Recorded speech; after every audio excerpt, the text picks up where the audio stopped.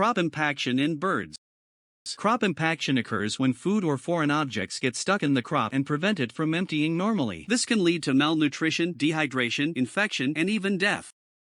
Causes of crop impaction: overconsumption of fibrous foods such as long grass, consuming bedding materials such as straw, wood shavings, or sand, eating too much feed, ingesting foreign objects such as string, plastic, metal, or feathers.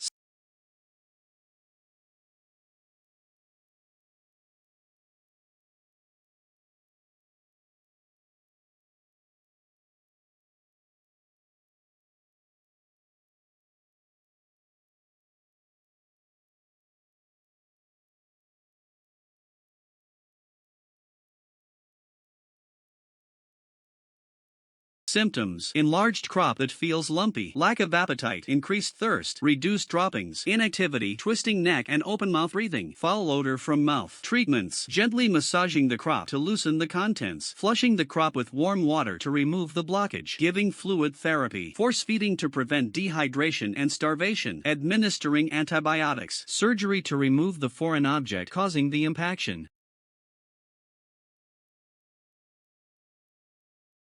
Thank you.